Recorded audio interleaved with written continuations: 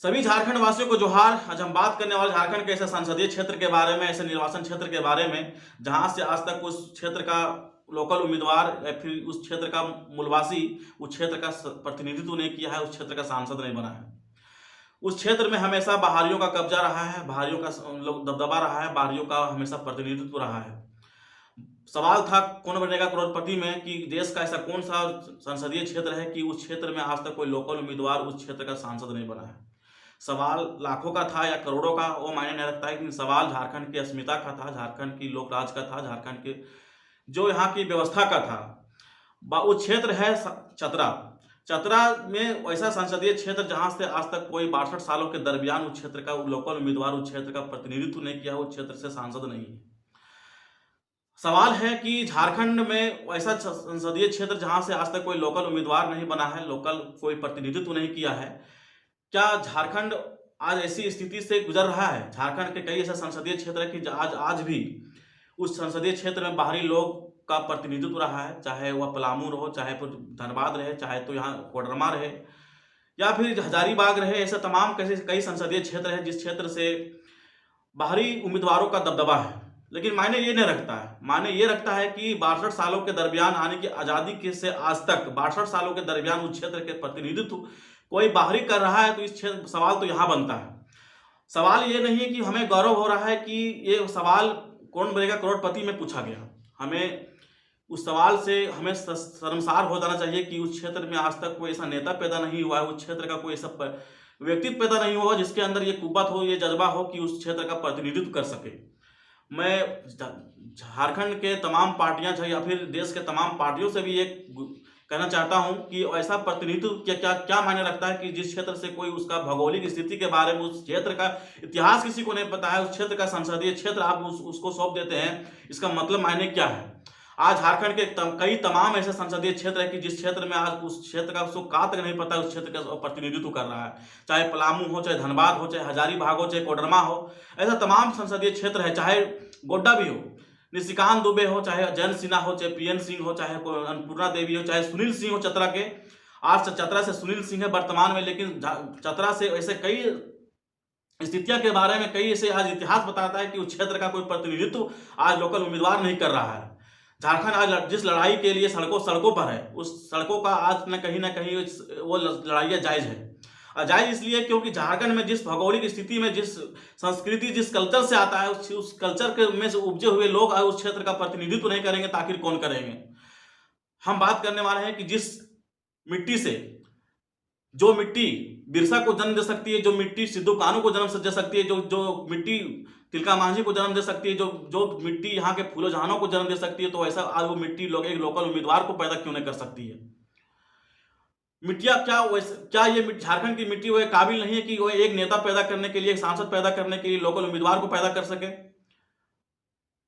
झारखंड की अस्मिता की बात है, झारखंड की लोक लाज की बात है, झारखंड के ऐसे प्रतिनिधित्व की बात है कि आज वैसा कोई ऐसा मर्द नहीं है क्या, वैसा कोई हमारे यहाँ कोई बहू बेटियां नहीं है क्या कि उस क्षेत्र का प्रतिनिधित्व कर सके?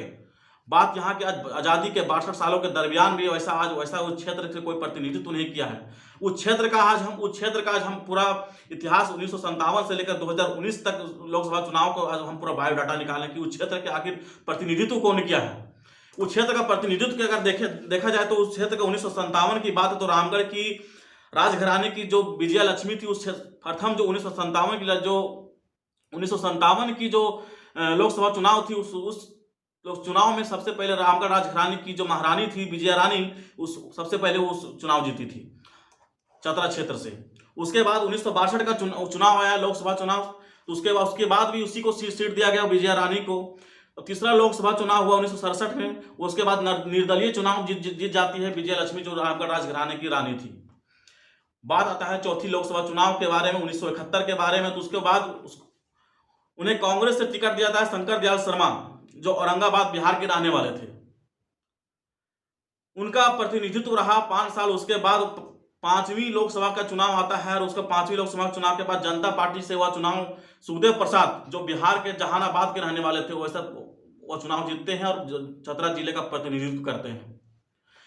छठा लोकसभा चुनाव में 1980 में होता है, कांग्रेस से रंजीत सिंह उस क्षेत्र का प्रतिनिधित्व करते हैं और 7वां में 1984 में कांग्रेस के योगेंद्र प्रसाद सिंह, जो वो भी बिहार के रहने वाले थे। वैसे वैसे लोग जो झारखंड के प्रतिनिधित्व करके चतरा जिले संसदीय क्षेत्र के प्रतिनिधित्व करके हुए। बात है आठवां लोकसभा चुनाव की, जो 1989 से 1991 में 2 बार, जो भूपेंद्र नाथ वर्मा जो गया जिले के रहने वाले हैं, वैसे लोग झारखंड के चतरा जिले से प्रतिनिधित्व किए हैं। उसके बाद नौवीं लोकसभा का चुनाव आता है तो भाजपा का प्रतिनिधित्व आता है। तो भाजपा से धीरेन्द्र अग्रवाल जो गया के उद्योगपति थे, वो भाजपा के टिकट से जीतकर चतरा जिले का प्रतिनिधित्व करते हैं। उसके बाद 10वीं 1998 में लोकसभा का चुनाव होता है, फिर उन्हीं को टिकट दिया जाता है भाजपा से, धीरेन्द्र कुमार अग्रवाल को, जो गया के उद्योगपति थे। उसके बाद 10वीं राजद से जगमनी बाबू को, बिहार के जहानाबाद के रहने वाले, उसको टिकट दिया जाता है और चतरा से उनके प्रतिनिधित्व करता है, एक बार सांसद बनकर लोकसभा में जाते हैं। उसके बाद 2004 में राजद से धीरेन्द्र अग्रवाल को दोबारा ही धीरेन्द्र अग्रवाल वही जो गया के उद्योगपति, जो जनता पार्टी भाजपा से 1996 और 1998 में जो चुनाव लड़े थे और लोकसभा गए थे। राजद एक बार उन्हें फिर से मौका देती है 2004 में, और धीरेन्द्र अग्रवाल चुनाव जीतकर लोकसभा के लिए जाते हैं। उसके बाद 2009 में इंदर सिंह नामधारी, जो झारखंड विधानसभा के पहले स्पीकर थे, वो भी बिहार के ही रहने वाले थे, उनका भी प्रतिनिधित्व हो रहा है चतरा जिले से। वो 2009 में इंदर सिंह नामधारी जो चतरा जिले से सांसद बनकर चुनाव लड़ते हैं और निर्दलीय लड़ते हैं। उसके बाद 2014 का दिन आता है, नरेंद्र मोदी का युग, उनमें भाजपा से सुनील सिंह का टिकट देते हैं और जो चुनाव जीत जाते हैं। चतरा जिले का एक बार फिर से वो प्रतिनिधित्व करते हैं उनको। और ये जान का ताजुब ये होगा कि ये सुनील सिंह रहने वाले कहाँ के हैं।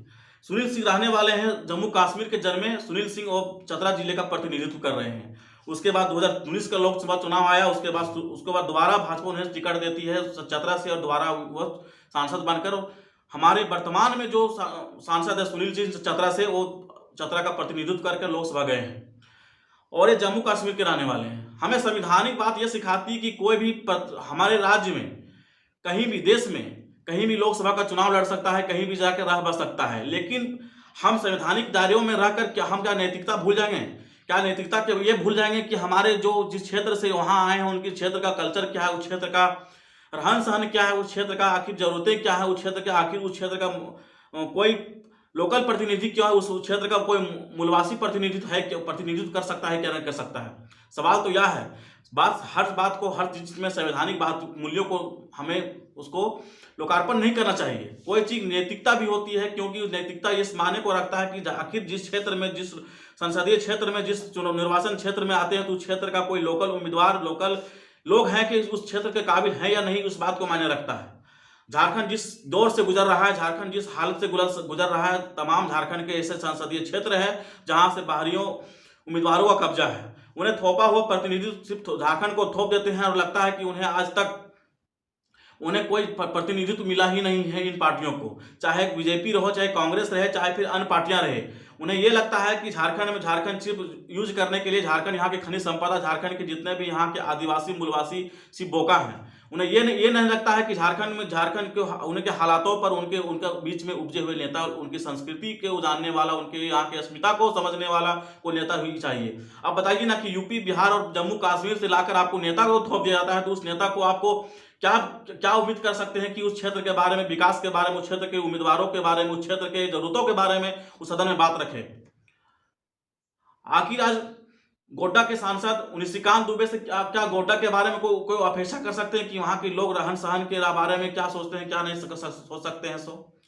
क्या हम हजारीबाग से जयंत सिन्हा के बारे में कोई उम्मीद रख सकते हैं? क्या कोडरमा से अन्नपूर्णा देवी के बारे में कोई उम्मीद रख सकते हैं? क्या हम बीडी राम पलामू के जो हैं उसको कोई उम्मीद रख सकते हैं? ऐसा तमाम संसदीय क्षेत्र है। धनबाद के जो पीएन सिंह है, उनसे हम कोई धनबाद के बारे में, कल्चर के बारे में, धनबाद के कोई एक छोटी जरूरतों के बारे में उनको हम पता करने बोले कि क्या वो हमारे बातों को सदन में रखेंगे?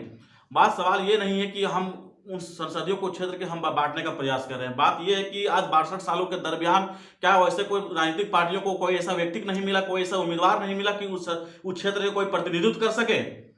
आज झारखंड जिस लड़ाई के लिए सड़कों पर है, जिस लड़ाई को लड़ने के लिए झारखंड जिस मांग के लिए आज अपने दर भटक रहा है, अपने आवाज़ों को बुलंद कर रहा है, तो इसमें से मांग यह भी है कि हमें थोपा हुआ प्रतिनिधि नहीं चाहिए। हमें प्रतिनिधि जो भी हो, जो इन पार्टियों से बिलोंग करता है, वो प्रतिनिधि हमारे बीच का ही हो, हमारे लोगों के बीच का हो, हमारे जरूरतों को समझने वाला हो, हमारे अस्मिता को समझने वाला हो, हमारी संस्कृति को, हमारे रहन सहन को समझने वाला हो। ऐसे प्रतिनिधि की हमें तलाश है। आज हमें गौरव तो महसूस नहीं हो रहा है कि हमारे संसदीय क्षेत्र चतरा को मतलब हमारे कौन बनेगा करोड़पति में सवालों को में सजाया गया।